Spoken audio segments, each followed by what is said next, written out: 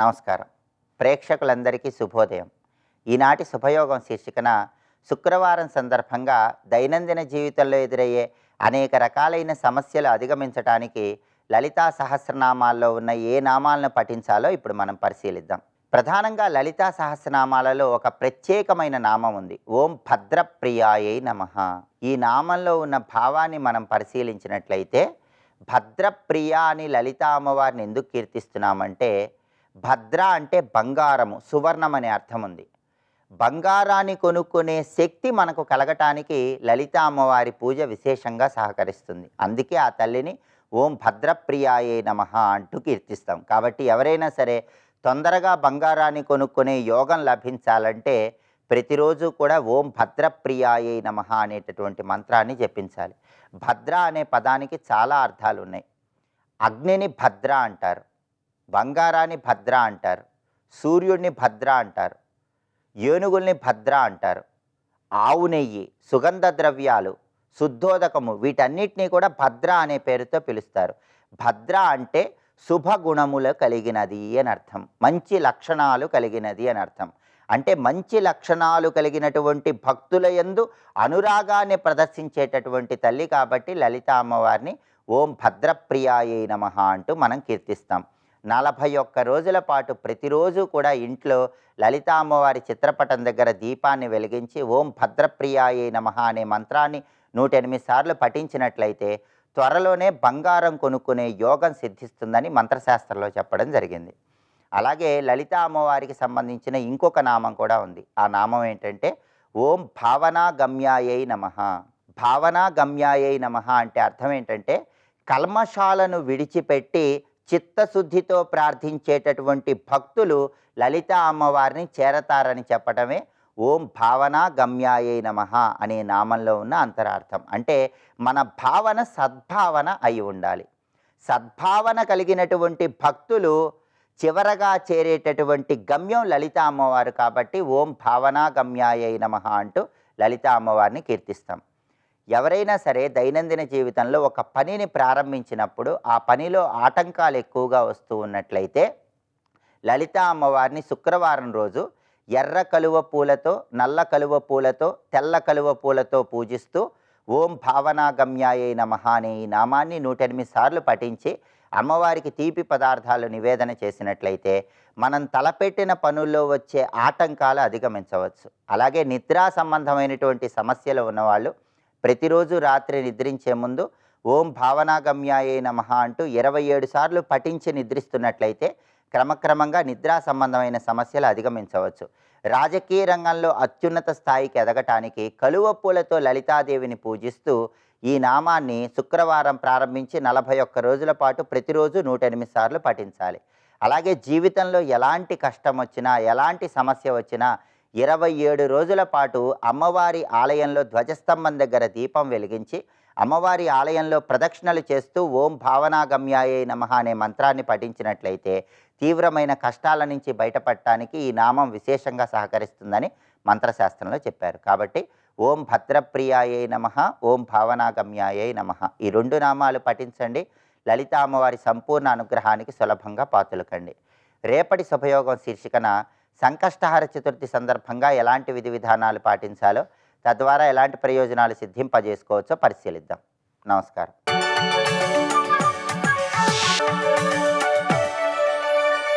నందకిశోర నవనీత చోర నాద విహార శ్రీధర.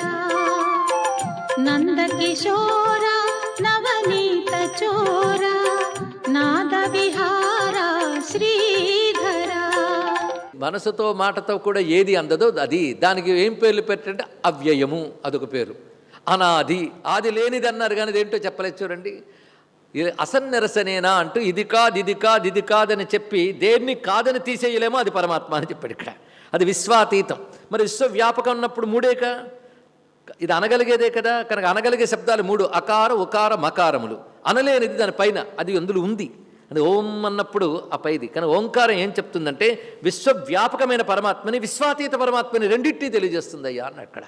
కానీ భగవంతుడు అంటే విశ్వవ్యాపకుడు, విశ్వాతీతుడు, ఈ 2 ఎరుకు కలగాలి. ఆ రెండింటినీ కలిపి ఒకే పేరులో చూపించేటువంటి అద్భుతమైన శబ్దం ఓంకారం అండి. హిందూ మతం అంతా కలిపితే ప్రణవం, మరొకటి కాదు. ఈ ప్రణవతత్వమే ఒకడు శివుడు అంటాడు, ఒకడు నారాయణుడు అంటాడు. అందుకే ఓం నమో నారాయణాయ అంటాడు, ఒకడు ఓం నమ శివాయ అంటాడు. అందులో శివ నారాయణ మారింది కానీ ఓం మారలేదు. అంటే ఏది విశ్వవ్యాపకమే విశ్వాతీతమైన పరతత్వం ఉందో దాన్నే నేను ఉపాసిస్తున్నాను ఎరుక ప్రతి వాడికి ఉండాలండి మంత్రం చేసేటప్పుడు.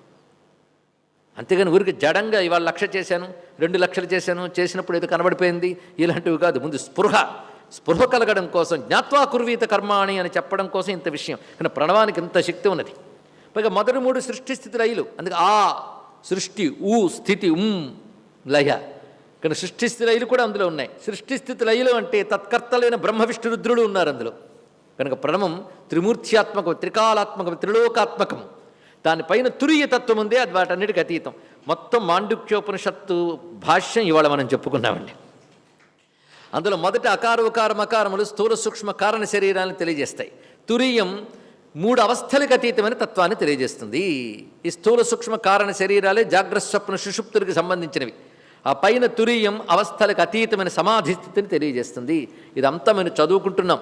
విశ్వరూప జాగరణి స్వపంతి తేజసాత్మిక సుప్త ప్రాజ్ఞాత్మిక తుర్య సర్వావస్థ వివర్జిత, అది తురియం.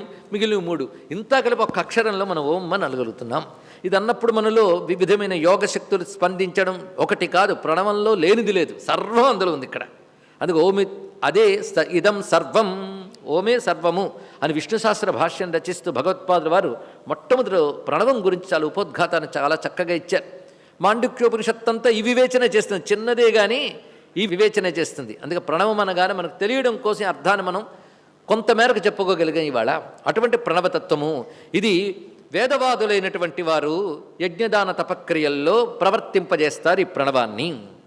అంతేకాదు యజ్ఞదాన తపక్రియలు సరైన స్థితిని మనకి ఇవ్వాలి అంటే తత్ అనే శబ్దం గురించి ఇప్పుడు చెప్తున్నాడు.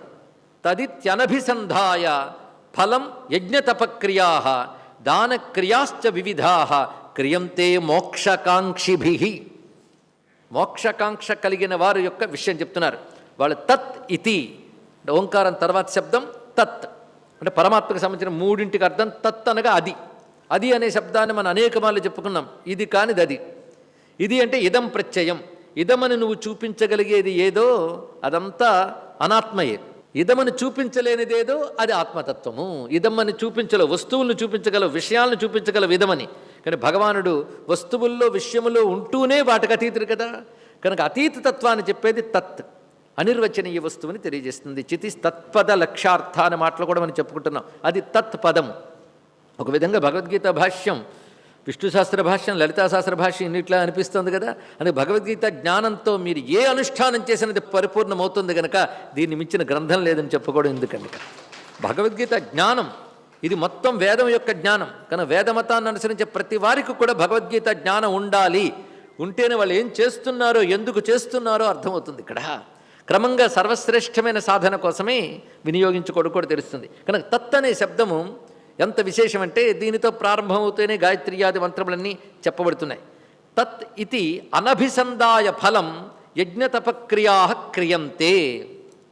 ఇక్కడ దానక్రియాశ్చ అని మళ్ళీ చెప్పాడు. అంటే యజ్ఞదాన తపక్రియలని క్రియంతే చేస్తూ ఉంటారు. వివిధా అంటే వివిధ యజ్ఞములు, వివిధ తపస్సులు, వివిధ క్రియలు చేస్తుంటారు. ఎవరు?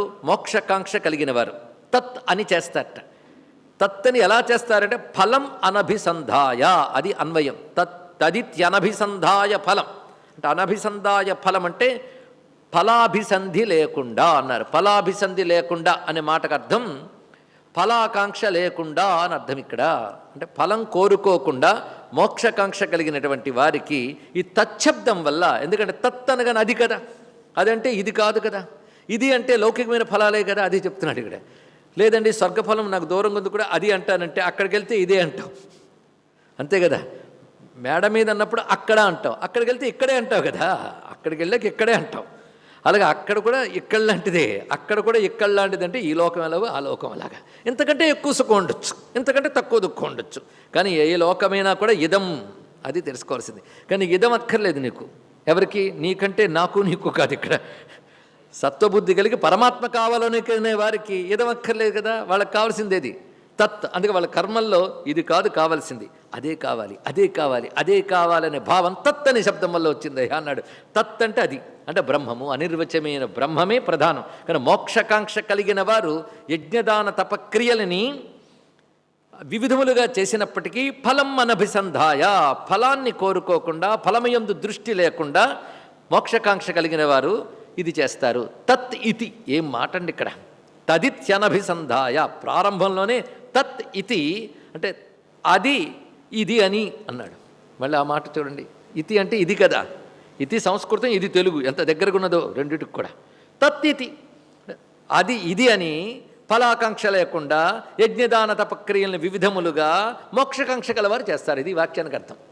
అది ఇది అని అంటే అర్థం ఏంటంటే ఇదంతా బ్రహ్మమే అనే భావనతో, అది ఇక్కడ అర్థం. తదితి అంటే రెండు విషయాలు చెప్పుకున్నాం ఇక్కడ.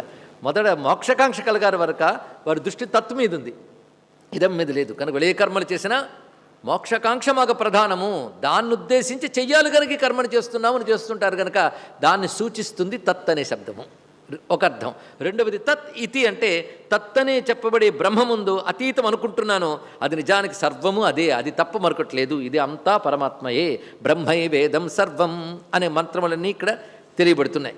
అలా అనుకుని చేసేది తచ్చబ్దం తెలియజేస్తుంది దానికి. ఇక సత్, సద్భావే సాధుభావే చ సదిత్యేతత్ ప్రయుజ్యతే ప్రశస్తే కర్మణి తథా సచ్చబ్ద పార్థ యుజ్యతే. ఇక్కడ సచ్చబ్దానికి రెండు శ్లోకాలు చెప్పాడండి ఇక్కడ. ఇదొక శ్లోకం, తర్వాత శ్లోకం. యజ్ఞే తపసి దానే చ స్థితి సదితి చోచ్యతే కర్మ చైవ తదర్థీయం సదిత్యేవాభిధీయతే. సత్, సత్ అనే మాటకి ఏంటంటే మంచి అని ఒక అర్థం లోకంలో, ఇంకొక అర్థం ఉండుట అని ఒక అర్థం. ఈ రెండు ఎవరికి సరిపోతాయి నిజానికి? మంచి అంటే పవిత్రమైనది, నిర్మలమైనది, పూర్ణమైనది, అదే కదా మన లోకంలో మంచి అనే మాటకి. లేకపోతే మంచికి ఏమిటంటే అర్థం? వాడు మంచివాడండి, ఎందుకంటే నీకు అనుకూలంగా ఉన్నాడు, వాడే రేపు చెడ్డవాడైపోవచ్చు, ఈ విషయం కాదు. లోకంలో మంచి అనేది దానికి అర్థం ఏం చెప్తాను ఇక్కడ? మంచి అనే మాటకు ఒకటే నిర్మలంగా ఉండడం, శుభంగా ఉండడం, అదేవిధంగా పూర్ణంగా ఉండడం, ఇదే కదా మంచి అనే దాని యొక్క ఒక భావం. స్వస్తి.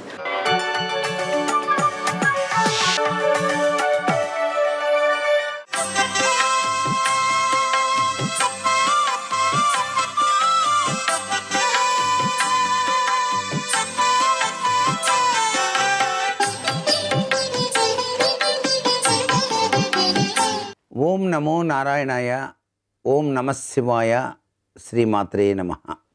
శుక్రవారం నాడు మనం పూజించేటువంటి విధి విధానాల్లో పాటించవలసిన నియమాలు చాలా కోకొల్లలుగా చెప్పారు శాస్త్రంలో. దీపారాధన కుంది అనేటువంటిది చిన్న సైజు ఉండరాదు. ఎవరైతే పూజ చేస్తున్నారో వారి యొక్క అరచేతి పై భాగాన ఉన్నటువంటి మధ్యవేలు నుంచి అరచేతి కింది భాగాన ఉన్నంత వరకు ఎత్తులోనే ఉండాలి కుంది. ఆ కుంది వల్ల మన వయస్సు యొక్క ప్రభావరీత్యా అర్చన చేసేటువంటి విధి విధానం తెలుస్తుంది.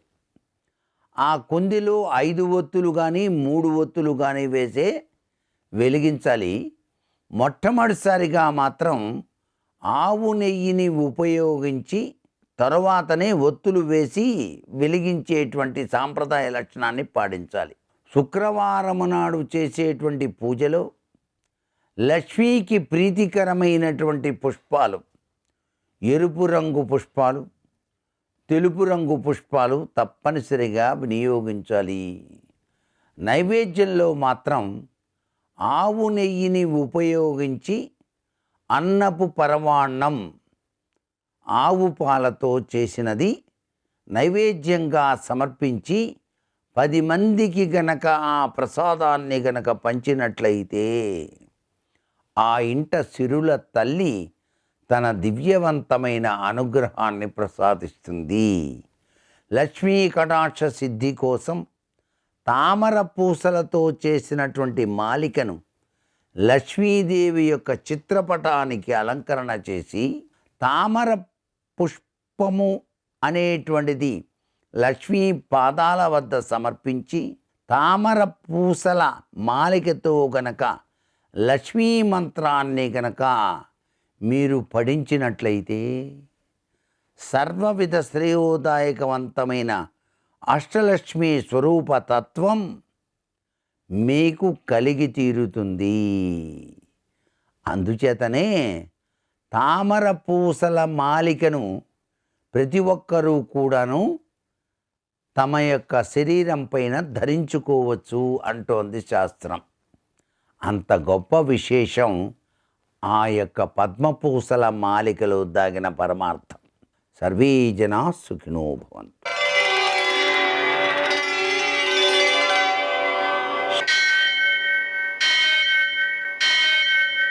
సహస్రశీరుషం దేవం విశ్వాక్షం విశ్వశంభువం విశ్వం నారాయణం దేవమక్షరం పరమం పదం విశ్వతః పరమాం నిత్యం విశ్వం నారాయణగుం హరిం విశ్వమేవేదం పురుషస్తద్విశ్వముపజీవతి పదిం విశ్వస్యాత్మేశ్వరగుం శాశ్వతగుం శివమచ్యుతం నారాయణం మహాజ్ఞేయం విశ్వాత్మానం పరాయణం.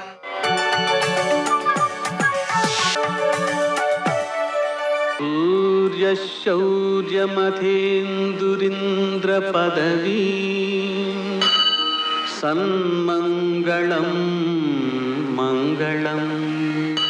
లక్ష్మీం క్షీరసముద్రరాజతనయాం శ్రీరంగధామేశ్వరీం దాసీభూతసమస్తదేవవనితాం లోకైకదీపాంకురాం శ్రీమన్మందకటాక్షలబ్ధవిభవ బ్రహ్మేంద్ర గంగాధరాం త్వాం త్రైలోక్యకుటుంబినీం సరసిజాం వందే ముకుంద ప్రియాం. నేటి కాలమాన విశేషాలని గమనిద్దాం. స్వస్తిశ్రీ చాంద్రమాన క్రోధినామ సంవత్సరం ఉత్తరాయణం వసంత ఋతువు చైత్రమాసం కృష్ణపక్షం శుక్రవారం.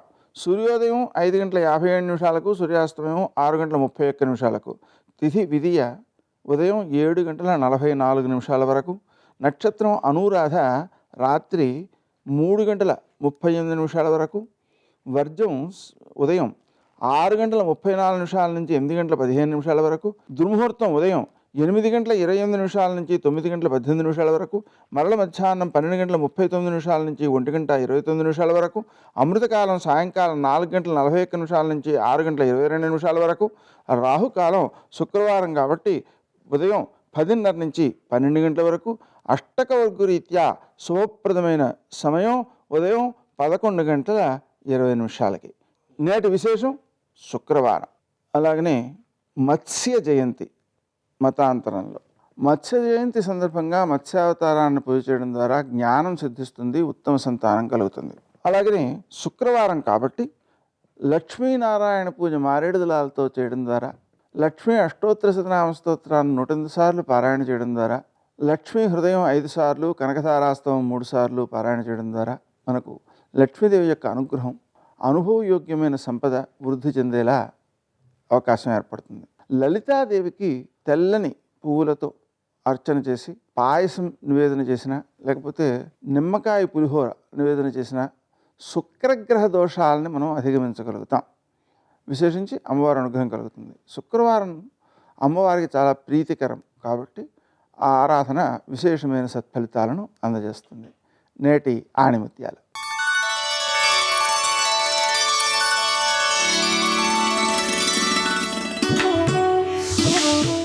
మంచితనం అనేది మహావృక్షం లాంటిది. ఎవరెంత నరికినా మళ్ళీ మళ్ళీ చిగురిస్తూనే ఉంటుంది.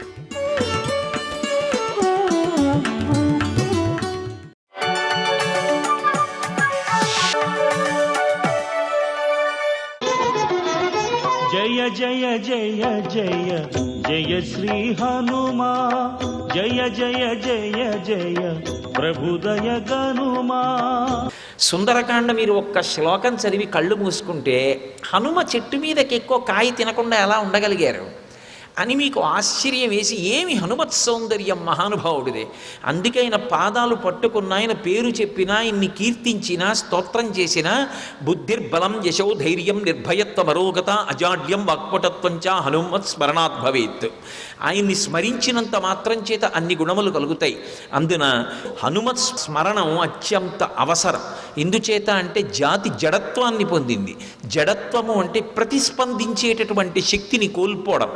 ప్రతిస్పందించి ఇది నా సంస్కృతి, నేను దీన్ని కాపాడుకుంటాను, ఈ సంస్కృతిలో పుట్టినందుకు నేను గర్వపడుతున్నాను, ఈ దేశంలో పుట్టడం నేను ఎన్ని కోట్ల జన్మలు చేస్తే వచ్చినటువంటి తపస్సు, ఇటువంటి దేశంలో పుట్టినందుకు గర్వపడుతున్నాను, నా జీవితాంతం ఈ దేశంలో ఉండే అదృష్టం పొందాను, ఒక్క క్షణం కూడా ఈ దేశంలో లేకుండా ఇంకో చోట ఉండి సంకల్పం చెప్పుకోవలసిన అవసరం నాకు అక్కర్లేదు, ఇక్కడే ఉండి సంతోషిస్తాను, ఈశ్వరుడిచ్చిన వరాన్ని కాపాడుకుంటాను అని అనుకోగలిగినటువంటి సంస్కృతిని విడిచిపెట్టి ఏదో గొప్పదనుకుంటున్న రోజుల్లో మన గొప్పదనం ఏమిటో తెలుసుకొని స్పందించగలిగిన హృదయం రావాలి అంటే హనుమత్ స్మరణం జరగాలి, హనుమ యొక్క వైభవం తెలియాలి లోకానికి.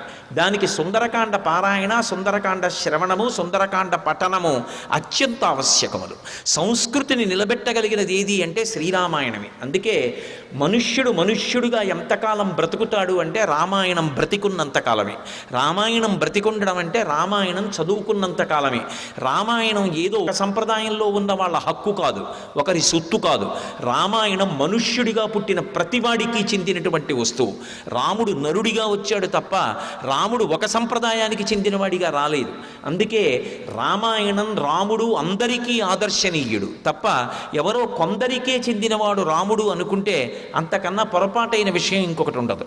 అందుకే ససాగరమానా దృశ్య అతిక్రమ్య మహాబల త్రికూట శిఖరే లంకాం స్థితాం స్వస్థో దదర్శ హంస కారండవా కీర్ణాహమాపీ పద్మోత్పలాయుతా అక్రీడాన్ వివిధాన్ రమ్యాన్ వివిధాంశ్చ జలాశయాన్.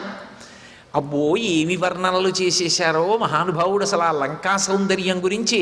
అసలు ఇంకా విచిత్రం ఏంటంటే ఆయన లంకలోకి వెళ్ళలేదు.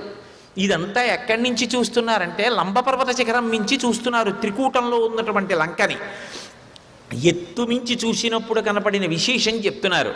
అక్కడ హంస కారండవాకీర్ణాహవాపీ పద్మోత్పలాయుతా అక్రీడాన్ వివిధాన్ రమ్యాన్ వివిధాంశ్చ జలాశయాన్. చెట్లకి పువ్వులు కాయలు ఇవి ఎంత శోభస్కరంగా ఉంటాయో, నీటిని ఆశ్రయించి ఉండేటటువంటి పక్షులు, నీటిలో తిరిగేటటువంటి చేపలు, వాటి వంక చూడడం మీకు తెలియకుండానే మీ మనసు ఎంత ఉద్విగ్నతని పొంది ఉండనివ్వండి, ఎంత అశాంతిని పొంది ఉండనివ్వండి. మీరు అసలు అటువంటి సన్నివేశం వంక ఒక్కసారి చూశారనుకోండి ఉత్తర క్షణం ఆగిపోతారు. అందుకే ఏడుస్తున్న పిల్లాడు కూడా మీరు ప్రకృతి సిద్ధంగా ఎవరి యొక్క ఆ పోషణలో, అంటే నాకు కావాలన్నట్టుగా నేను ఆ సరోవరాన్ని తీర్చిదిద్దడం కాదు, అది ప్రకృతి పరంగా అలాగే ఉన్నటువంటి ఒక సరోవరం దగ్గరికి వెళ్ళి చూడండి. చూస్తే మీకు కొన్ని అద్భుతాలు కనపడతాయి. అసలు ప్రకృతిలో ఉండేటటువంటి అద్భుతాలు చిత్ర విచిత్రంగా ఉంటాయి. ఒక జలాశయం దగ్గరికి వెళ్ళి మీరు నిలబడితే చాలు, ఎంత సంతోషంగా ఉంటుందో చూడ్డానికి. అటువంటిది ప్రకృతి సిద్ధంగా ఏర్పడినటువంటి జలాశయంలో హంసల లాంటి పక్షులు, కన్నెలేడి పిట్టలు ఇటువంటివన్నీ వచ్చి ఆ సరోవరంలో దిగి స్నానాలు చేసి పైకి లేచి రెక్కలల్లార్చి అవి ఆరబెట్టుకొని చెట్లెక్కి కూర్చుని సహజంగా వాటికి దొరికిన ఆహారం తిని ఎగురుతుంటే, అన్ని పక్షులు ఎగురుతుంటే వాటి వంక చూస్తే ఎంత ఆశ్చర్యంగా ఉంటుంది మనస్సుకి. ప్రకృతి సిద్ధంగా అలా ఉంటాయి. సుందరకాండ అన్నది చదువుకుని అనుభవించేదంతే. కాబట్టి హంస కారండవాకీర్ణాహవాపీ పద్మోత్పలాయుతా అక్రీడాన్ వివిధాన్ రమ్యాన్ వివిధాంశ్చ జలాశయాన్. అంత సుందరంగా ఉన్నటువంటి లంకాపట్టణంలో బాహ్య సౌందర్యం ఇది. పట్టణం అంత అందంగా ఉంది, ప్రకృతి అంత అందంగా ఉంది. అక్కడ ఉన్న మనుష్యులు అంటే రాక్షసులు, వాళ్ళ మనసుల నిండా దుర్గుణాలే. వాళ్ళల్లో ఈ పక్షుల అందం కానీ, చెట్టు అందం కానీ, చెట్టు యొక్క పువ్వుల అందం కానీ, అక్కడ జలాశయం అందం కానీ రాక్షసుల మనసులలో మాత్రం ఉండదు. అయోధ్యలో ఈ బాహ్య సౌందర్యాలు ఉండవు, మనుష్యుల మనసులు మాత్రం ఎంత గొప్పగా ఉంటాయో. సర్వం శ్రీ ఉమామహేశ్వర పరబ్రహ్మార్పణమస్తు. స్వస్తి.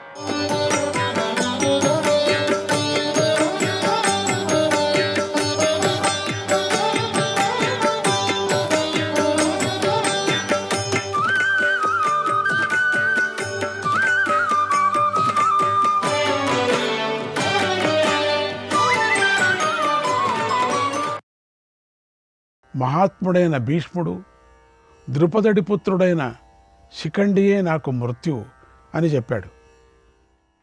అప్పుడు ఆ శిఖండి నా రక్షణలో నిలబడి భీష్ముడిని వధించాడు.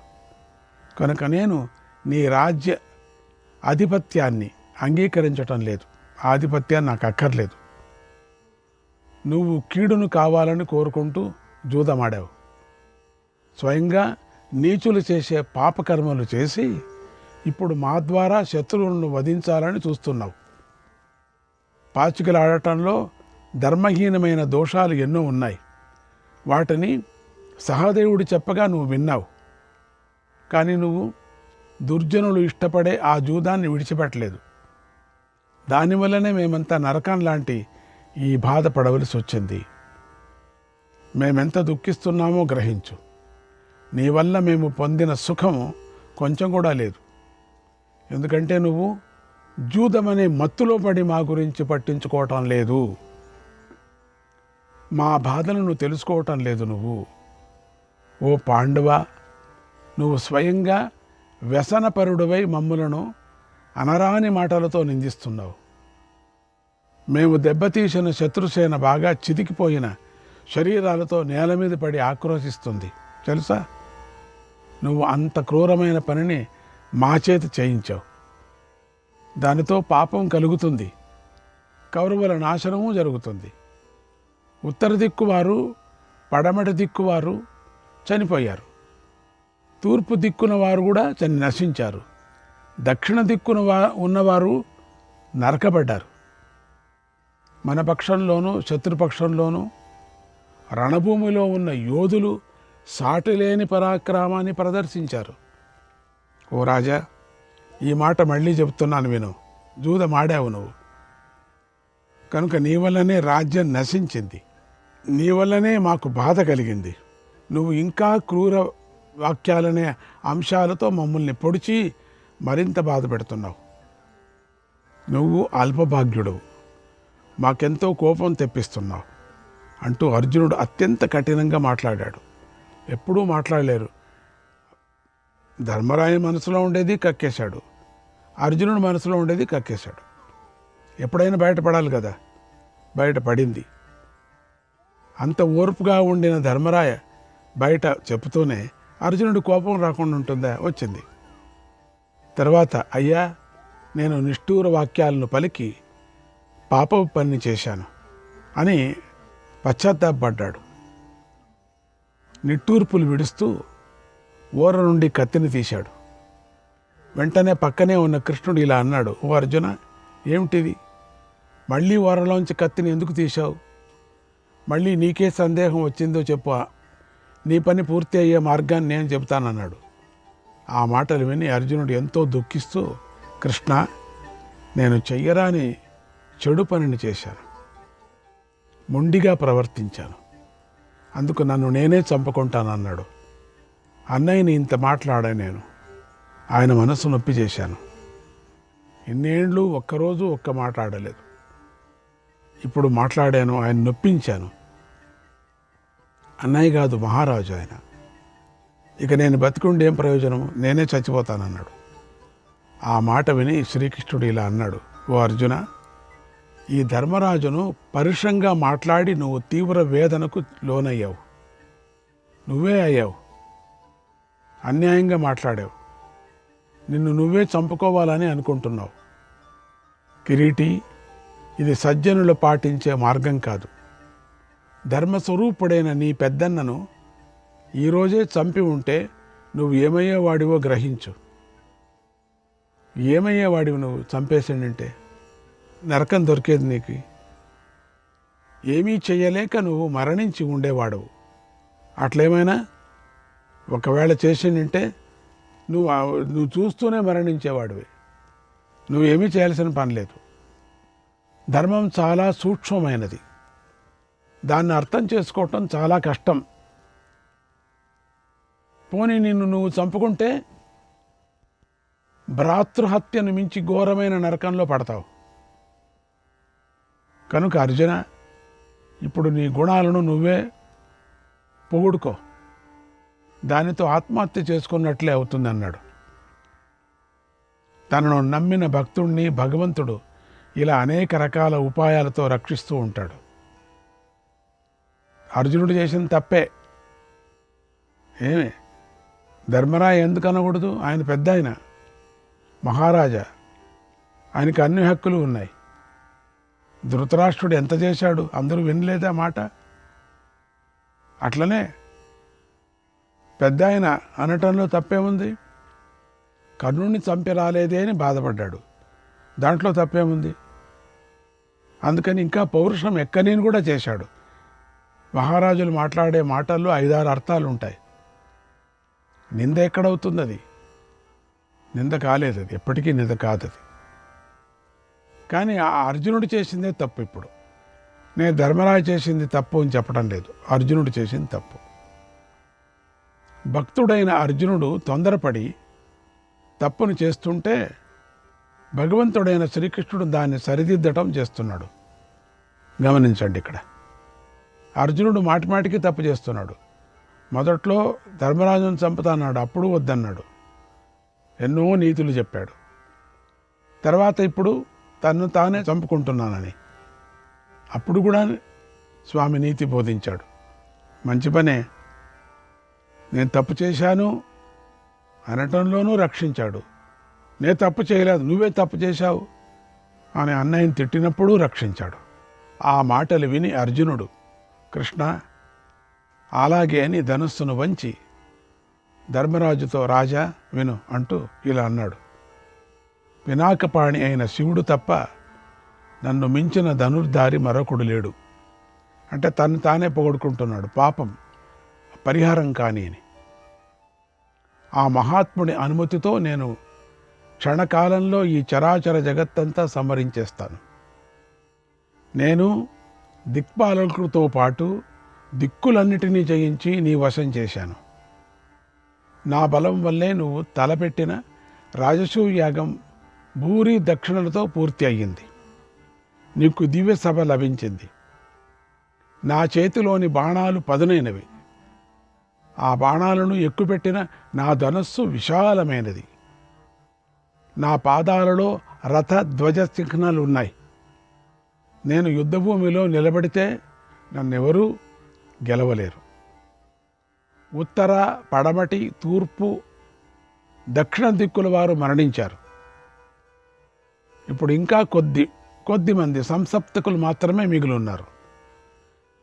నేను కౌరవ సైన్యంలో అర్ధభాగాన్ని చంపేశాను. ఓ మహారాజా, నా చేతిలో మరణించినటువంటి కౌరవసేన దేవతాసేనలాగా రణభూమిలో పడి ఉంది. నేను అస్త్ర విద్యవేత్తలను కూడా నా అస్త్రాలతో చంపుతాను. నేను ఈ లోకాన్ని భస్మం చేయగలను. అయితే అలా చేయటం నాకు ఇష్టం లేదు.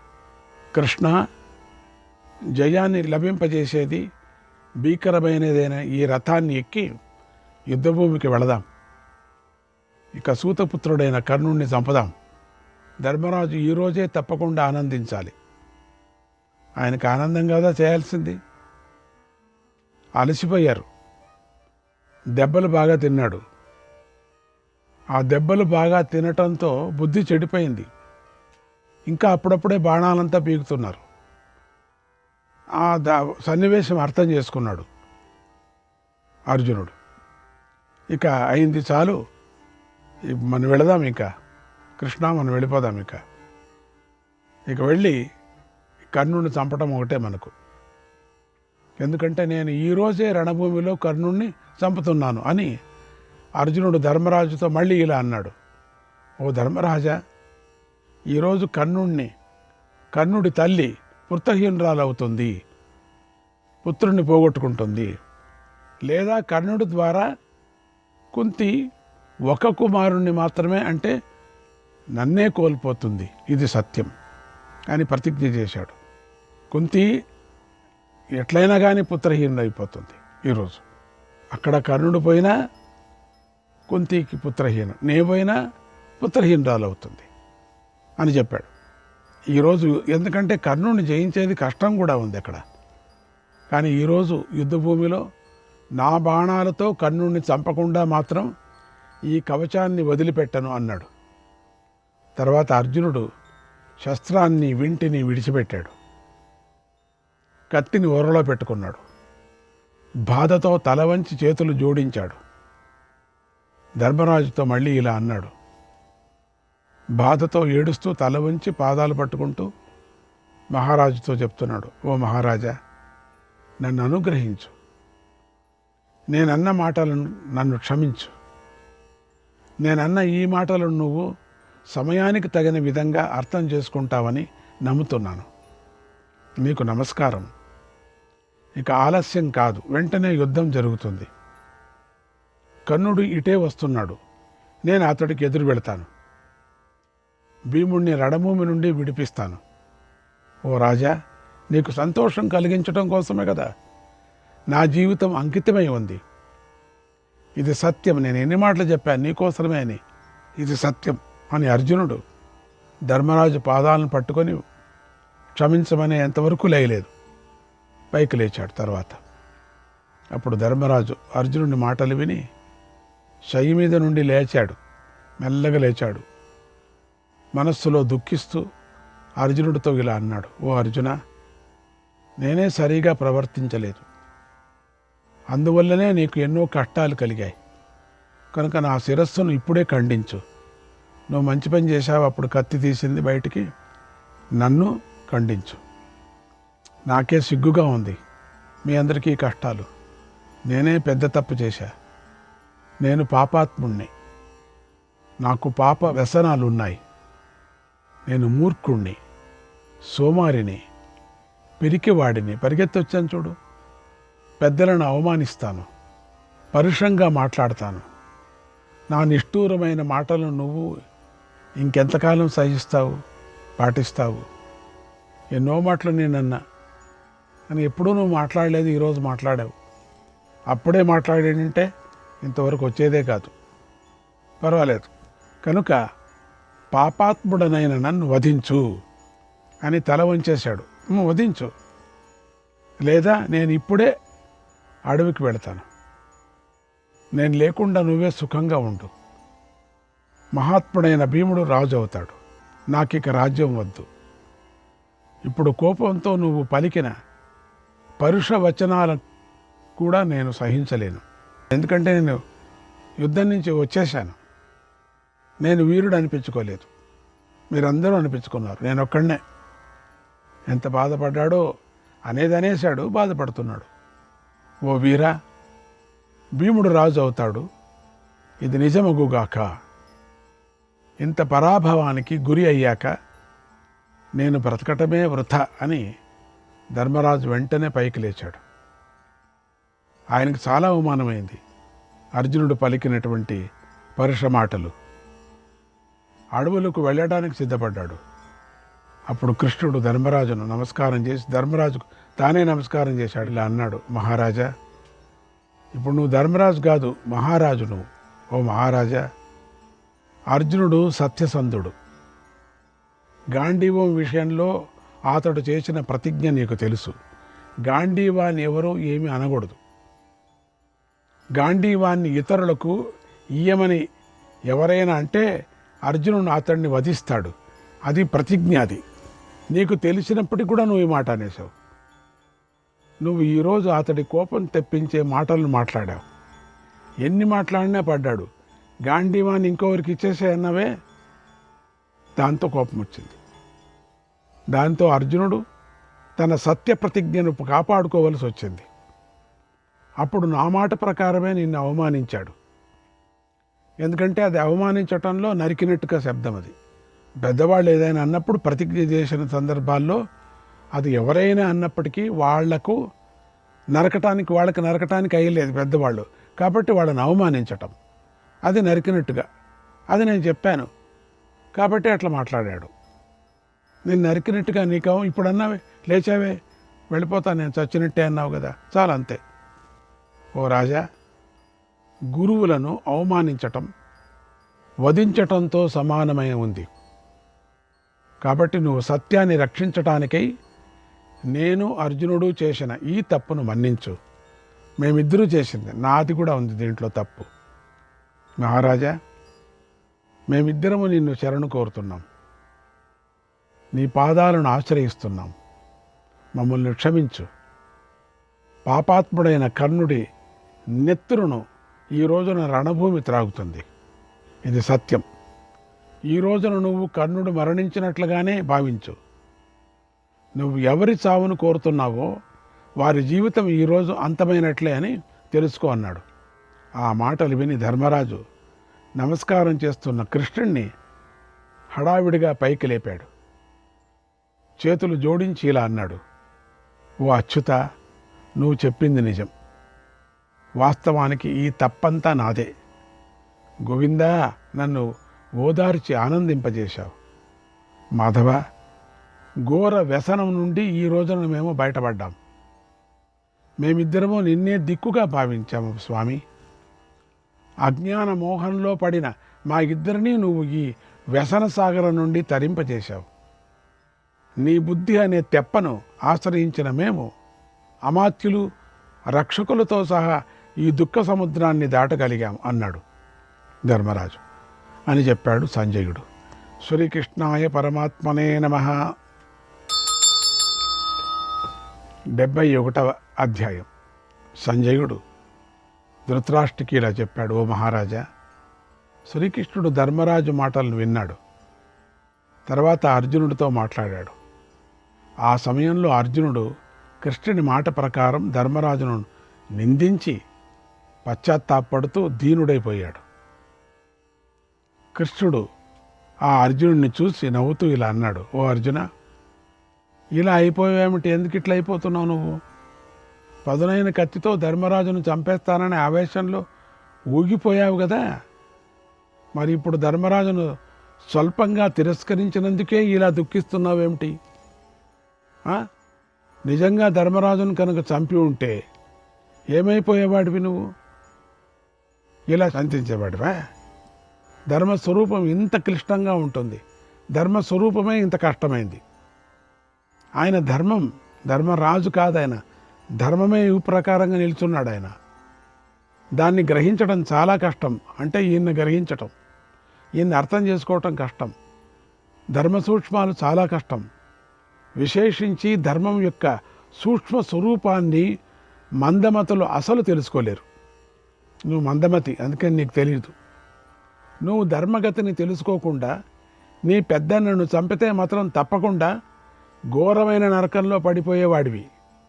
ఇక అంతే, ఇంకా మొత్తం ఇక నీకు అంతే, ఇంక జన్మ లేదు, ఇంకంతే. అంటే నరకంలోనే ఉండేవాడివి నువ్వు. ఇక నీకు ఏ విధమైనగా ఇక నీకు బయటికి రాలేవు నువ్వు. కనుక నువ్వు ధర్మాత్మనులో శ్రేష్ఠుడు కా. ఇప్పటికైనా నువ్వు ఇప్పుడు ధర్మరాజును ప్రసన్నం చేసుకో. ధర్మరాజుకి ఇప్పుడు కావాల్సిందేమిటి? కర్ణుడు చావు, అంతే. తర్వాత ధర్మరాజు మీద ప్రేమతో కార్యాన్ని నెరవేరుద్దాం. కనుక తొందరగా యుద్ధభూమికి వెళదాం. కర్ణుడితో యుద్ధం చేద్దాం. ఈరోజు నువ్వు కర్ణుడిని వధించు. నీ అన్నకు ఆనందాన్ని కలిగించు. ఆయనకి అదే ఆనందం, అంతే. మనకిప్పుడు ఇదే ముఖ్యమైన పని. నీ అన్న ఎంత ముఖ్యమో ఆయన రాజు కూడా అంతే. ఈ పని చేయటంతోనే నీ బాధ్యత అంతా పూర్తి అయిపోతుంది అక్కడికి అన్నాడు. ఆ మాటలు విని అర్జునుడు సిగ్గుపడుతూ ధర్మరాజు పాదాలను శిరస్సు వంచి నమస్కారం చేశాడు. తర్వాత ఇలా అన్నాడు, మహారాజా, నేను ధర్మదృష్టితో పిరికివాడిని అయిపోయాను. కనుక నేను అన్న మాటలను క్షమించండి. నేనేమేమన్నానో అవన్నీ క్షమించండి అని పదే పదే ధర్మరాజుని వేడుకున్నాడు. ధర్మరాజు అర్జునుడిని ప్రేమగా పైకి లేపి కవిగలించుకొని పెద్దగా రోధించాడు. ఇద్దరూ ఏడ్చారు, బావురమని. ఇద్దరు బావురోమని ఏడ్చారు చాలాసేపు. అన్నతమ్ములే కదా. కాసేపు వచ్చింది పోట్లాట, అయిపోయింది. తర్వాత వారు తమ మనసులోని మాలిన్యాన్ని తొలగించుకున్నారు. శ్రీకృష్ణాయ పరమాత్మనే నమః.